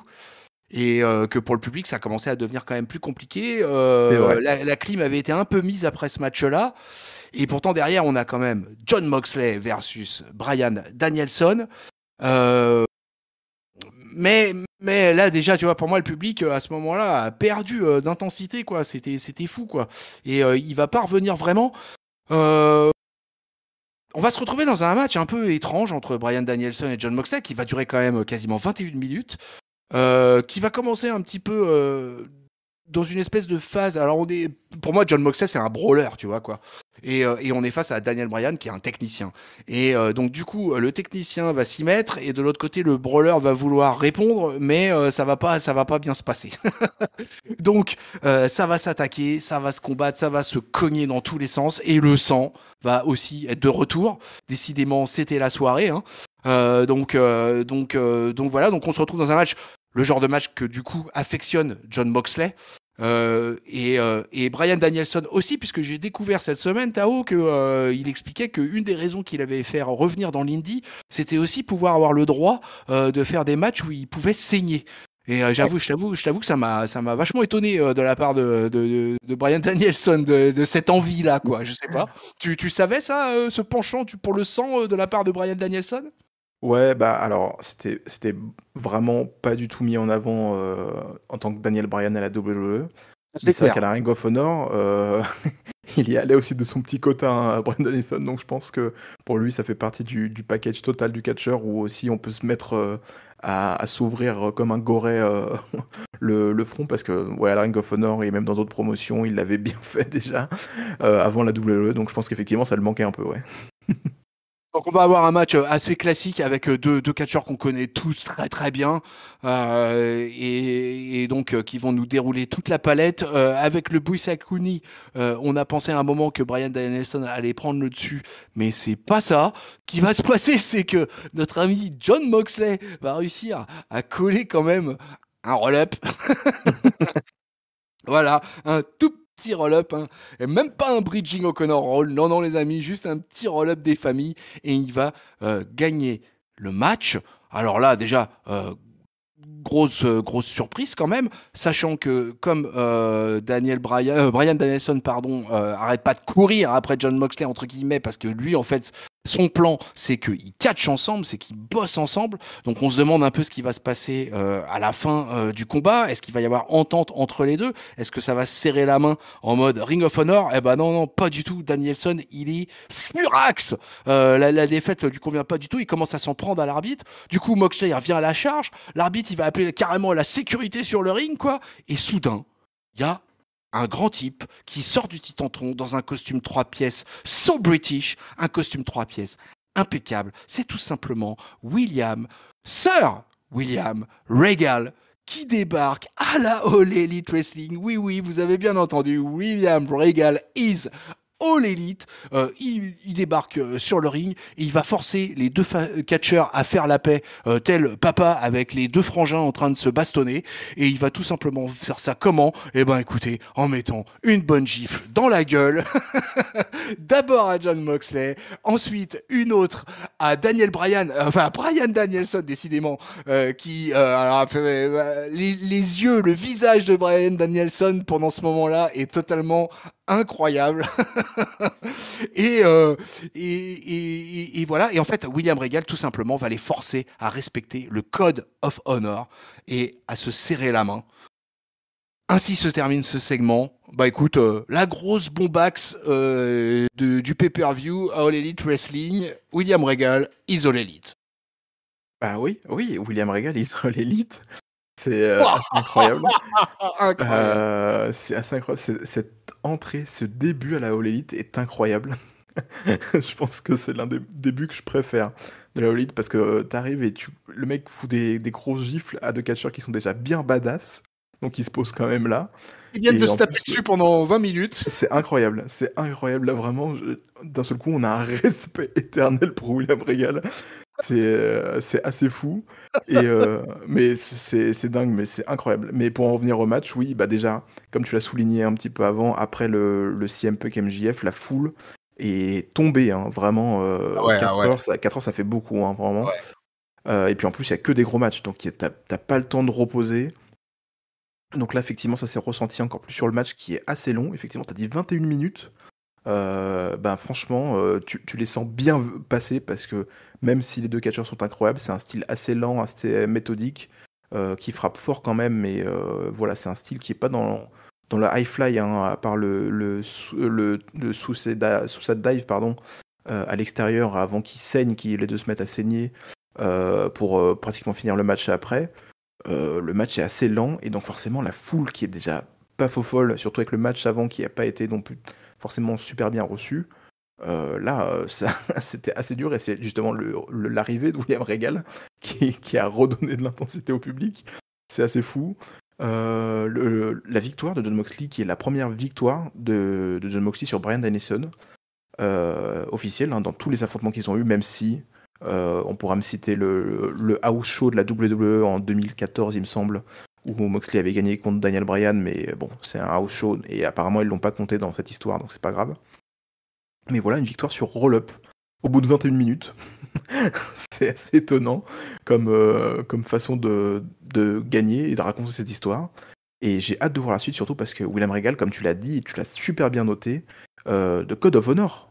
Code of Honor, on se serre la main, sachant que la Ring of Honor vient de se faire racheter, je rappelle, par Tony Khan, un petit William Regal qui se positionne, hein, peut-être en tant que general manager ou figure de proue du côté de la Ring of Honor, ça le ferait super bien quand même. Oui, alors déjà dans un premier temps, il va peut-être être un peu positionné comme un manager de Danielson et Moxley. Parce que là, tu vois, j'ai du mal à imaginer que Moxley et Danielson ils viennent pas s'intégrer à la Tag Team Division. Ça va être énorme, mon Tao. Ça. Mais la Tag Team Division, elle est déjà monstrueuse. Et t'imagines Danielson Moxley qui débarque avec William Regal en manager. C'est incroyable, c'est Oh, incroyable. c'est démentiel. Là, on est sur du Camouloux, hein, Ah vraiment. non, non, mais là, on voit ce qui se passe dans le monde du catch depuis le début de l'année. Et les amis, on est qu'en mars. Hein. C'est énorme, quoi. Donc voilà. Donc, écoute, tout le segment à la fin était. Le match, je t'avoue que, ouais, la semaine prochaine, genre, je l'aurais oublié. Je me rappellerai, ah oui, il y avait Diane Nelson Moxley à la carte de Revolution. Mais par contre, le segment, je ne l'oublierai pas. Le Ça, c'est sûr. segment avec Sir William, je ne l'oublierai pas parce que c'était quand même phénoménal. Et puis effectivement, le public qui commençait à dormir depuis bien 3/4 d'heure là a été complètement réveillé par l'arrivée du William Regal. Et c'était tant mieux parce que après, derrière, eh ben écoute Tao, on va pas raconter des bobards à nos auditrices et nos auditeurs. On a tout simplement eu droit à un spot fest Oui, voilà. monstrueux avec un trios match, encore une fois, encore de la Tag Team Division, j'ai envie de dire, puisqu'on avait tout simplement Darby Allin, Sammy Guevara, le TNT Championship en titre avec l'immortel Sting qui affrontait Andrade El Idolo, Isaiah Cassidy et Matt Hardy. Qui était aussi aidé, hein. Il y avait José, l'assistant qui était là, et en plus il y avait aussi l'autre collègue des private parties. Alors là on est dans un match totalement dingo, qui va durer, qui est finalement pas très très long, hein, qui dure que 13 minutes, mais les mecs ça part en couille, mais total. Puisque les mecs se sont envoyés non seulement dans tous les sens autour du ring, dans le ring, mais aussi autour du ring, quoi. Et ça a été, alors quand je vous dis du spot fest, c'est vraiment du spot fest, hein, les amis, hein, puisque chacun a développé ses signature moves, ses finishers, mais chacun a pu le faire un peu à tous les endroits où il avait envie, que ce soit au niveau de la table des commentateurs, des barricades d'insécurité, dans les gradins, au milieu du public, et puis on va aller au bout du bout de l'affaire, hein, puisque quand même, mention à notre ami Stinger, puisque à 63 ans dans 2 semaines, il va tout simplement se permettre de Oh faire là un là. suicide dive en plongeant depuis les tribunes sur des tables qui avaient été installées plus bas, et c'est Andrade El Idolo qui aura pris le spot, un spot de fou, hein, qui a fait tout le tour du monde, pareil, de toute la catchosphère mondiale. 63 ans dans 2 semaines, le Sting, quoi. Et il donne son corps à la science et à l'ignoble sport encore. C'est fou, quoi. Alors lui, c'est vraiment pas le vétéran dont on peut dire ah ouais, il a plus de cardio, ah ouais, non, non, il continue à délivrer. Alors il a réglé le problème. Comme il est âgé, ce qu'il fait, c'est qu'il ne fait que des matchs par équipe et il se fait plaisir en sortant des spots de fou, quoi. Depuis le cinématique match face à Darby Allin, à chaque fois que Sting apparaît, à chaque fois, il laisse une trace avec un spot bien précis. Et bah là, écoutez, dans ce trios match de All Elite Wrestling Revolution, et ben on a eu droit à un suicide dive de 4 mètres sur 4 tables sur un Oh là là. Andrade et l'idolo. Et du coup, j'en ai même oublié qui c'est qui a gagné. Ah oui, c'est les Faces qui ont gagné. C'est Les, incroyable. les Faces ont gagné. Donc je te laisse la parole parce que là, moi-même, je suis en plein spot fest micro là. C'est incroyable. Franchement, comme tu l'as si bien dit, Sting, 62 ans, qui saute des gradins du public sur 4 tables posées en contrebas avec Andrade dessus. Et qui C'est avant, en c'est- plus, s'était bastonné comme un mais c'est fou, hein, ça, dans le gradin en plus. Hein. c'est incroyable quoi. Ce match, c'est un pur spot fest pour le coup. Là, vraiment, on met le paquet juste avant le main event. Ça a super bien fonctionné. Andrade, il est dans une forme physique, c'est un monstre. Oh, mais Le ouais. mec, il est carré. J'ai jamais eu ça de ma vie. Bon, malheureusement, il catch toujours en pantalon. Ça, j'y arrive pas, mais c'est pas grave. Ici, à Cassidy, qui se fait aider par son pote, hein, Mark Quinn, pendant le combat. J'ai adoré. C'était super cool. On les met aussi en avant, eux deux. Matt Hardy, c'était peut-être celui qui était le moins à fond dans ce combat. Mais on sait qu'il y a un gros truc qui se prépare avec Matt Hardy. Donc, faut rester attentif à ce qui se passe avec lui. Oui. Sammy Guevara, super prestation. Le Spanish Fly, Oh du là haut, là là du haut de là. l'entrée, directement sur une table posée sur la rampe. Mais Oh, c'est c'est pas énorme. possible. À C'est qui il pas pose ça possible. C'est à qui déjà qu'il le met, le Spanish Et ben, il le Fly? met à Isaiah Cassidy. À Isaiah Cassidy, ouais. Mais Oh, c'est, ah c'est, oui, ah oui, ah oui. Non, mais de toute façon, il y a une succession de spots totalement hallucinants, quoi. c'est incroyable, quoi. C'est incroyable. Puis en plus, le pire, c'est que ce spot était super dangereux, quoi. En plus, Le... ah bah oui. Parce que bah déjà, la rampe d'entrée, hein, c'est un écran qu'ils ont posé au sol, donc c'est quand même déjà très très dur.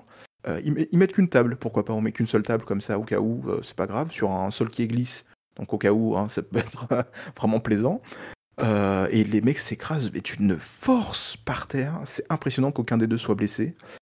Sting qui saute lui aussi, non mais c'est vraiment un festival, là on est vraiment sur un truc incroyable. Et Darby Allin qui finit Matt Hardy sur le ring, malheureusement un petit botch avec Matt Hardy qui se décale au dernier moment, Ouais. et du coup il se prend pas la finisher, en tout cas il se prend que la tête de Darby Allin, c'est dommage.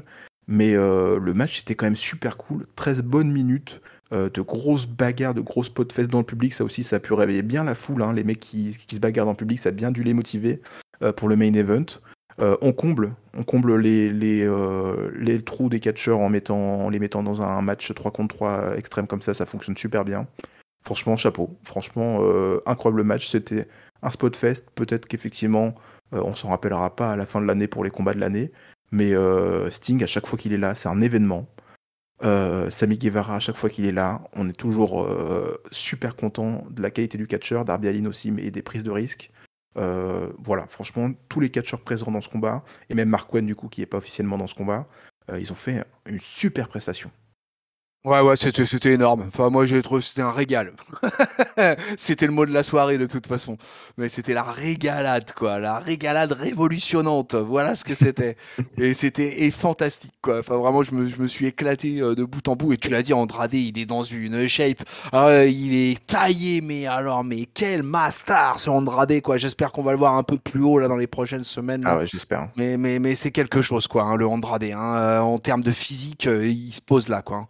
Vraiment, là, je comprendrai jamais, hein, ce qui s'est passé à Stamford, quoi, parce qu'ils avaient là un latino, Ah là, oui, alors là, vraiment, avec qui ils auraient pu faire quelque chose, quoi, malgré les difficultés en anglais, etc. Je suis désolé, il y avait moyen de mettre, enfin, bon, on va pas revenir là-dessus parce que ça autre serait, sujet. voilà.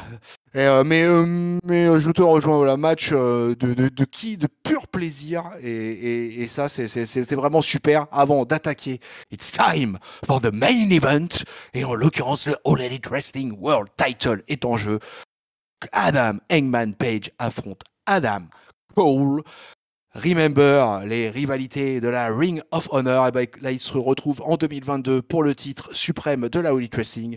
Ça va être un match de 26 minutes. Alors, pareil, encore une fois, les grosses entrées. Alors, je sais pas trop, mais Adam Cole, il est rentré avec un espèce de cosplay. Peut-être que toi, t'avais la ref.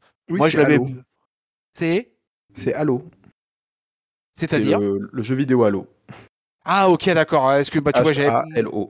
Ah ouais, ok, moi j'avais pas du tout la ref, moi j'étais plutôt en train de chercher à me dire, mais attends, c'est un truc de SWAT ou un truc du raid ou, Non, même pas. ou un truc je pensais aussi au à Tom Cruise dans le film Vivre et recommencer, je sais plus quoi Ah là, oui, où tu vois, je pensais oui, à tout le ça monde. moi. Ouais, oui, d'accord. Tu vois ce que je veux dire? Et mais bon, enfin bref. Euh, au final, on va avoir un bon main event après un très long pay-per-view, donc c'est toujours un peu compliqué de finir comme ça. Le match va peut-être être un petit chouïa overbooké parce qu'il va y avoir distraction et autres interventions de la part des Redragon et des Dark Order, mais qui finalement auront pas d'impact particulier, quoi. Mais par contre, on va avoir un match avec beaucoup de prises et beaucoup de near fall aussi, quoi. Où là vraiment, alors là les mecs, voilà, tentaient deux, trois coups, paf, on tentait un near fall. L'autre se relevait, repartait, bam, on recommençait, on tente les signatures moves, on recolle un near fall, et là le public quand même est commencé à être de plus en plus à fond au fur et à mesure du match. Euh, on sent vraiment que ça va mieux, quoi. Dans les 10 dernières minutes, là, on sent que le public se dit, bah, ça y est, on arrive au finish total. Et puis, bah écoute, un Hangman Page qui continue à rester dominant, continue à rester le patron du saloon, puisque au bout du bout, c'est 26 minutes, 1, 2, 3, victoire de Adam Page, qui conserve, qui installe son règne, et qui maintenant attend le next. Qui sera le next, Tao? Alors là, c'est une très très bonne question. Parce que bah, y a tellement de monde et en même temps, qu'est-ce qu'on peut mettre? C'est vraiment assez impressionnant. Ce main event, il est vraiment super cool. Malheureusement, je pense qu'il va souffrir de sa position de main event au bout de 4 heures de show qui sont déjà très très remplies. Je pense malheureusement qu'on s'en rappellera pas comme le match qu'il est. C'est un très très bon match. Effectivement, il y a de l'overbooking, mais c'est assez classique dans ce genre de composition avec un heal challenger et un champion face combatif comme ça. C'est assez classique, mais ça fonctionne toujours bien avec moi. Moi, j'ai beaucoup apprécié les chants du public qui criaient Let's go Adam, Adam sucks. C'était Ouais. assez marrant. Du C'est coup, vrai. sachant que les deux s'appellent Adam, c'était très très drôle. Mais voilà, c'était un très très bon match. Malheureusement, il y avait quelque chose qui me saoulait dans des main events il y a quelques semaines et qu'ils ont fait plusieurs fois d'affilée, qu'ils ont refait cette fois-là, c'est le fameux spot avec la table. Qu'est-ce que ça me saoule de voir la table sortie pendant un main event comme ça. Ils en ont pas besoin. Ils ont pas besoin d'avoir un objet qui sort comme ça et qui arrive pour faire le game changer dans ce combat. Ils en ont pas besoin, quoi. Les mecs sont suffisamment bons eux-mêmes pour pas avoir à faire un spot de la table pour apporter déjà de quelque chose d'agressif, quoi. Ils n'en avaient pas besoin. Je trouve que c'était vraiment en trop ce spot de la table, c'est dommage. Mais voilà, c'est forcément classique. Red Dragon qui arrive pour essayer d'aider Adam Cole. Moi, j'aurais juste préféré que le Dark Order arrive plus vite pour les faire partir. Ça aurait été plus logique, mais c'était quand même un super super combat. Je me rappellerai hein, du slingshot clothesline là, de sa finisher à Adam Page qui est contré avec le super kick, ou même d'ailleurs son Ouais. moonsault qui est contré avec le super kick en plein air. Aussi, ouais. Ça, c'était vraiment des gros spots qui fonctionnent super bien. C'est le genre de combat qu'on attend autour de la ceinture. Ça renforce encore une fois Eggman Adam Page super bien en tant que champion. Adam Cole, je l'ai déjà dit hein, dans notre prédiction, mais je pense qu'avec les Red Dragon, il va partir sur un autre programme qui devrait pas tarder à arriver. Et oui, la suite pour Eggman Page, ça peut être n'importe qui. Je pense que ça va être super cool. Mais là, il faut apporter encore plus parce que Eggman Page, c'est un champion très très combatif. Mais j'ai peur qu'il devienne juste un champion combatif très lisse. Il faut qu'on apporte quelque chose de plus autour de lui, je pense. Je suis assez d'accord. Il va falloir un gros heal en face, quoi. Là, il va Ouais, falloir ouais. vraiment du très, très lourd, quoi. Après, je suis d'accord avec toi, hein, sur un show de 4 heures, là, c'est un match qui serait certainement pas évalué à sa juste valeur. Sur un show de 3 heures, on aurait certainement crié au génie. Ouais. Après, et pourtant, moi, j'ai plein de réserves sur Adam Cole, hein, parce que moi, il y a beaucoup de choses que j'aime pas dans Adam Cole. Je te l'avais déjà dit, hein, moi, ce que je préfère chez Adam Oui, oui. Cole, c'est son theme song. Mais par contre, je lui reconnais que sur les matchs longs comme ça, il délivre quand même la marchandise. Tu l'as dit, le fameux spot avec le super kick, c'est incroyable là, sur le contre du Buckshot Lariat. C'est vraiment un spot assez fantastique. Donc il y a plusieurs moments dans le match qui sont quand même assez super. Moi j'aime bien les matchs où il y a beaucoup de near fall et où justement, parce qu'au bout d'un moment, justement, on te perd un peu quoi. À force d'avoir beaucoup de near fall, tu sais plus quoi. Et ça, j'ai trouvé que c'était bien joué. Je trouve aussi comme toi que c'est largement dispensable l'histoire de la table, mais ça encore c'est aussi l'histoire de pression du public, parce que tu as toujours une partie du public qui au bout d'un moment se met à chanter We want tables, we want tables, donc ça prend dans la salle, et puis comme là le public était chaud, ils sentaient que c'était la fin du pay-per-view, donc bon il y avait tout un tas de paramètres qui amenaient ça quoi, mais au final c'est quand même réussi. Eggman Page conserve, je pense que c'est une bonne. Moi j'aime beaucoup pour le coup Adam Page. Alors quand tu dis qu'il est lisse, qu'il pourrait avoir un règne lisse, oui, mais peut-être que justement c'est un des problèmes avec Adam Cole, c'est que pour moi Adam Cole il n'était pas assez dangereux. On en parlait tous les deux pas plus tard que la semaine dernière. Malgré tout, on avait du mal à imaginer Page perdre son titre là. Ah oui, oui, effectivement. Là, c'était pratiquement sûr hein, que Page allait pas perdre sa ceinture contre Adam Cole. Mais voilà, j'ai peur j'ai peur qu'il se fasse noyer par les autres programmes en fait, parce que ça reste le champion du monde quand même, il faut le dire. Normalement, un champion du monde, c'est le mec qui est le visage de ta compagnie, le mec qui met des culs dans des chaises, j'ai envie de dire. Et là, j'ai peur qu'Adam Page, avec le nombre de personnes importantes qu'il y a derrière, dans des programmes qui sont pas forcément avec une ceinture, que d'un seul coup, lui, il se fasse un petit peu manger par tout ça. Et d'ailleurs, j'en profite de rebondir sur ce que je viens de dire. À la fin du match de CM Punk et MJF, CM Punk, il fait le signe de la ceinture quand même. Oui, tout à fait, tout à fait. Alors là, ce qui pose problème sur l'alignement, puisque, Oui, oui, c'est vrai. puisque CM Punk est un top babyface absolu pour l'instant. Donc c'est compliqué. Soit il y a un turn, ou soit il va y avoir autre chose. On verra. Oui, je pense qu'il y a pas mal de possibilités sur le main event, donc écoute, je pense qu'on aura l'occasion largement d'en reparler. En tout cas, ainsi s'achève cet énorme pay-per-view de Révolution. Fou, au bout de 4 heures, eh ben écoute, mon Tao, il est temps pour toi de nous sortir ton top, ton flop et ta note. Oula, alors là, bah, mon top, ce serait évidemment le CM Punk MJF que j'ai trouvé incroyable, qui est pour moi l'un des... Honnêtement, je le dis en pesant mes mots, c'est peut-être l'un des plus grands matchs de catch que j'ai vu. Ouais. Voilà, en tout cas depuis que je suis fan de catch, hein. Je parle pas forcément avant que je sois fan de catch des matchs que j'ai pu regarder après, Oui, parce que je suis mais pas forcément dans le même tu contexte. es encore jeune, mon ami. Oui, oui, voilà. Plus de Mais en tout 20 cas, ans nous séparent. depuis que je suis fan de catch, donc depuis 2007-2008 à peu près, Ouais. c'est l'un des plus grands. Je dis pas que c'est le plus grand, hein, bien attention.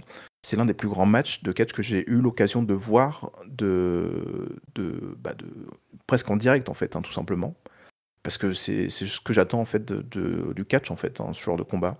Donc pour moi c'est mon top, mais c'est peut-être finir même dans mon top de l'année, hein, je pense, ce Bah, combat écoute, facilement.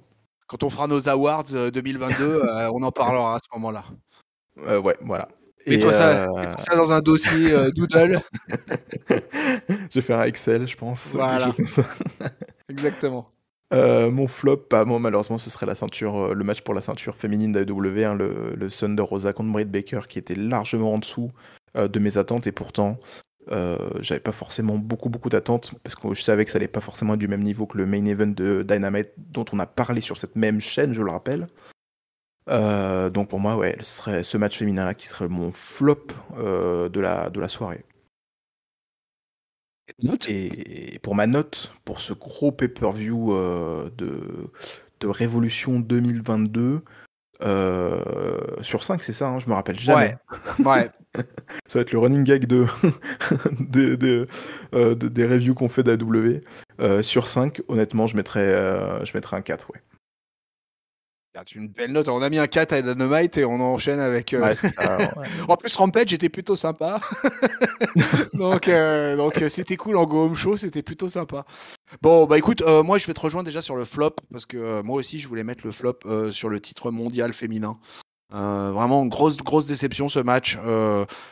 J'aurais pu dire que sur le TBS aussi, mais en fait non parce que le TBS, voilà, ça a été un match très court.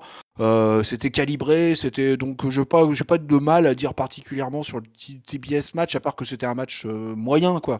Mais alors que par contre pour le coup vraiment le match des femmes j'ai trouvé que c'était pas une belle vitrine pour le titre mondial de la All Elite Wrestling dans la division féminine. J'attends plus quoi et mieux. Je mets juste un bémol en disant que moi je vais vérifier ça, mais j'ai vraiment un vrai doute sur le fait que Thunder Rosa a été blessé, quoi. Et, Ouais, euh, faudra pas se renseigner, ouais. et, et pour moi, tout au long du match, il y a eu enfin, en particulier après 5-6 minutes de match, il y a eu un vrai problème, quoi, avec Thunder Rosa. Donc, écoute, je me l'explique difficilement. Parce que vraiment, connaissant très très bien cette catcheuse-là et la qualité qu'elle a, et toi aussi, tu le sais très bien, vraiment étonnant de la voir sur un niveau si bas que ce jour-là, quoi.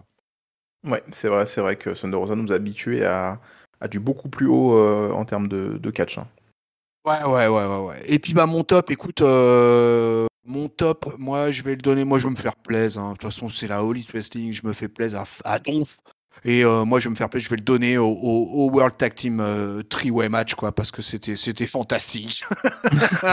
Ah ouais, c'était un match extraordinaire. Voilà quoi, la Tag Team Division, moi je suis pantelant devant mon écran à chaque fois quoi. C'est que du bonheur. Alors en plus c'est mes favoris en ce moment qui sont champions, donc là de toute Ah oui. façon. Mais j'aimais les deux équipes qui étaient là aussi. Et puis c'est une espèce de feu d'artifice sur tout ce que nous a proposé la All Elite Wrestling là depuis 2019 dans la Tag Team Division et on continue sur les chapeaux de roue et ça c'est vraiment que du bonheur. Et puis bah ma note. Ouais, bah écoute, je crois que je vais faire comme toi, je vais mettre un 4 aussi. Alors sur le coup, j'étais lancé quand même sur un 4. Après, quand même, il y a des choses qui m'ont. Déjà, j'ai trouvé ça beaucoup trop long. Le Ouais, top ouais. color match, je t'ai dit, pour moi, c'était trop long. Il y avait au moins entre 5 et 10 minutes de trop dans ce match. Euh, mais bizarrement, la répartition des matchs était assez équilibrée. Quand tu regardes tous les matchs, vont entre 14 et 20 minutes. Voilà, sur 4 heures, au final, on a que très peu de segments backstage et tout ça. Excalibur fait bien passer la pilule sur beaucoup de choses, des grosses boulettes de Jim Ross. Tony Schiavone est toujours hyper enthousiaste, etc., comme au temps de la WCW. Donc, du coup, les commentaires américains, ça passe super bien. Peut-être que par curiosité, je regarderai la version française, là, tu vois, de Toonami, pour voir un peu le rendu. Mais en accéléré quand même. Mais, Voilà, on zappe quelques matchs. voilà. Juste un peu parce que j'aime bien avoir un peu le rendu des commentateurs français parfois, quoi, pour savoir un peu ce que ça donne, quoi. Mais au final, c'est quand même du super solide. C'est quand même le premier pay-per-view de l'année 2022 pour la All Elite Wrestling, et c'est quand même une franche réussite. Donc, avec les arrivées extraordinaires de William Regal, tout ça, c'est quand même pour les fans de catch, c'est quand même que du bonheur. Donc, je vais m'associer à mon Tao et je vais mettre un 4. Et ça fait bien plaisir de faire avec toi 2 reviews consécutives et 2 reviews consécutives avec des notes Power Stars.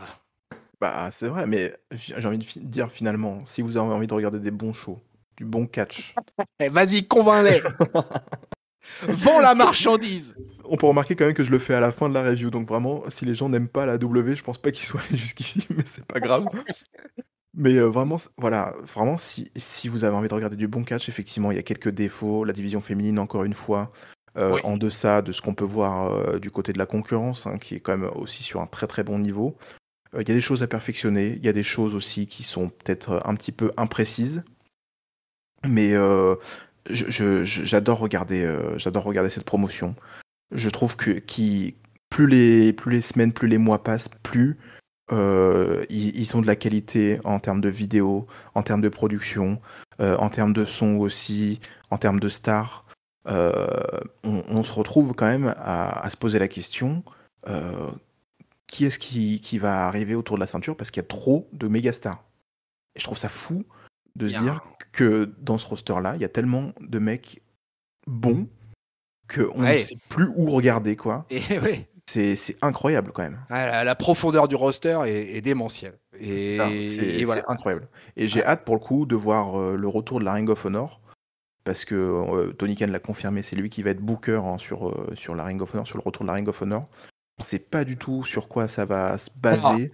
Il commence à y avoir aussi plein de discussions, plein de rumeurs qui vont un peu dans tous les sens. Donc j'attends déjà de voir le show du 1er avril, Super Card of Honor, qui va revenir, pour voir où est-ce qu'on part, hein, avec la Ring of Honor made in Tony Khan. Mais même ça, je crois que je vais me remettre à la Ring of Honor, quoi. Il y a eu quelques précisions qui ont été apportées là par Tony Khan, là, justement, là, à propos de Super Card of Honor. Alors la première déjà, c'est que pour la transition, le Super Card of Honor se déroulera avec tout ce qui concerne le packaging, les logos, etc., avec tout ce qui était au niveau de l'ancienne Ring of Honor. Et ils feront tout le repackaging au niveau des logos, etc., après ce pay-per-view-là. Ouais, c'est ça. Et d'ailleurs, bien faire attention, je le précise pour les gens qui sont là et qui nous écoutent encore, que la Ring of Honor a déjà une session d'enregistrement de prévue. Donc les 6 shows qui vont suivre hebdomadaires seront des shows où Tony Khan n'a pas encore la main mise entièrement sur la promotion. Donc ça aussi, bien faire attention, parce que je sens que post-Super Card of Honor, on va avoir des commentaires de personnes sur les réseaux sociaux qui vont sans doute nous dire ah ouais, ils s'en occupent, pourtant ça a l'air nul. En fait, le truc, c'est qu'ils s'en est toujours pas à ce moment-là, en tout cas, occupé. Il faudra attendre 1 mois et demi, 2 mois pratiquement, pour enfin avoir la version Tony Khan Ring of Honor. Et il deviendra le booker en chef de Ring of Honor après Super Card of Honor. Donc c'est aussi la petite nuance, quoi. Donc effectivement. Donc je t'avoue que moi aussi, je suis quand même très curieux de voir ce qui va se passer avec la Ring of Honor dorénavant. Quel va être un peu le niveau aussi de le pont qu'il va y avoir, tu vois, entre les catcheurs de la All Elite Wrestling et la Ring of Honor. Donc, quel genre de compétition ça peut organiser? Est-ce qu'il y aurait des super shows entre les deux fédérations? Tu vois, enfin, il y a de quoi envisager beaucoup de choses là quand même, hein. Ouais, tout à fait. En tout cas, on est arrivé, peuple de catch-up, au bout de cette review de All Elite Wrestling. Et si vous êtes encore avec nous, écoutez, on vous fait des gros bisous et des buckshot lariat parce que franchement, vous avez du courage. Et écoutez, si vous voulez en parler encore plus, si ça vous a pas suffi, c'est facile, il suffit de nous rejoindre sur la communauté Discord. Tous les liens sont dans la description de la vidéo YouTube. Laissez-nous des commentaires, laissez-nous votre top flop note de ce pay-per-view de la All Elite Wrestling. Pour ne manquer aucun épisode, abonnez-vous sur toutes les bonnes plateformes de podcast. Apple Podcast, Podcast, Spotify, Deezer, Google Podcast, Aosha. Il ne me reste plus qu'à remercier mon tag team partner of the day, la taloche du catch, le Tao, la fine analyse de la All Elite Wrestling. Merci à toi, mon Tao, de m'avoir accompagné dans cette review nocturne. Eh bien, merci à toi, tonton, de m'avoir invité. Merci à toutes les personnes qui nous écoutent et qui nous ont encore écoutés. Aujourd'hui, ça fait vraiment plaisir de parler de bon catch. Ah oui, c'est clair, ça fait. De toute façon, c'est ce qu'on dit, ça fait toujours plaisir de faire une review d'un show dans lequel on met une bonne note, voire une très bonne note. Et là, c'était le cas. Donc, écoutez, on espère se retrouver très bientôt pour reviewer la All Elite Wrestling. Voilà, ainsi s'achève la review de All Elite Wrestling Revolution 2022. On vous souhaite une bonne semaine pleine de catch. On vous fait les bisous. On vous fait les cordes à linge plein la face. On enchaîne en vous collant un bridging O'Connor Roll des familles pour le tomber 1, 2, 3. Victoire de la tag team Tao et Tonton. Salut Tao. Salut tonton. Salut peuple de catch-up.